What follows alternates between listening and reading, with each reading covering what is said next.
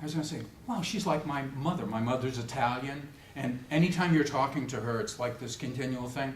And at some point, I mean, you know, there's a few things I think you could improve, and one is that you moved your hands so much in so many different ways that at one point I became hypnotized. And I had to go like that to get myself out of it, but it was really cool. Because that's really the total focus of this speech, is doing it, and you did it right from the very beginning. One of the things I really like that I have to tell you is you look really pleased when you're speaking. So I hope you hold that, you know, your face looks really happy that you're doing it. And I love it that it's tied to a career purpose that you have as well. And so even if you're in a formal setting, maintain that sense of enjoyment, because I think it brings us all into kind of a welcoming, oh, I welcome this speech into myself because of the enjoyment that you had. You did all kind of really cool things, like when you did the application, you went like that, so I knew it was a square application. When you were working on the boxes, you went like that. The cages, I could see the cages. And at one point you said something like, and it was all, and you went like that. Okay. So you did something that was really good. I don't know if you know it as a technique or not, but I just learned about it a couple weeks ago, is that if you're going to use the podium, back away from the podium, okay? For some reason, if you establish a distance between you and yourself, you're able to have more eye contact, and it makes you seem less dependent on the crutch, okay? You only did this once during your whole speech. The other thing was you never needed your notes. So you could have just taken the damn podium and moved it out of the way and said, here I am.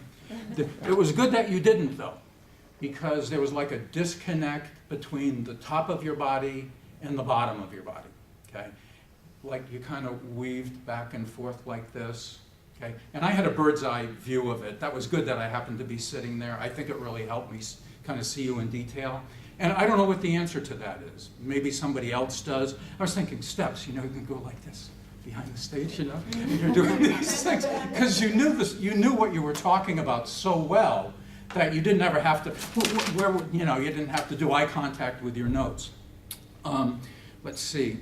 One of the things was the content. The content was all linear. I mean, you knew what it was. I think it would have helped me a lot if you had, at the beginning, told us what you were going to be talking about, and said, this is over a period of 7 years I'm going to be telling you about, okay, in the next 5 to 7 minutes.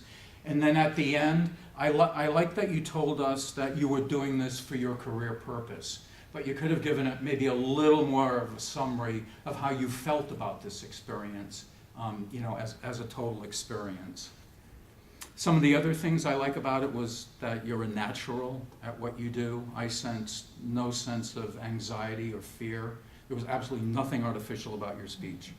And I like the way you emphasized the skills lab and how important that was. And that was like one of the highlights that I got, that none of us is probably ever too old to go back and get a little more schooling if you have a particular career goal, which you have. You never used your notes.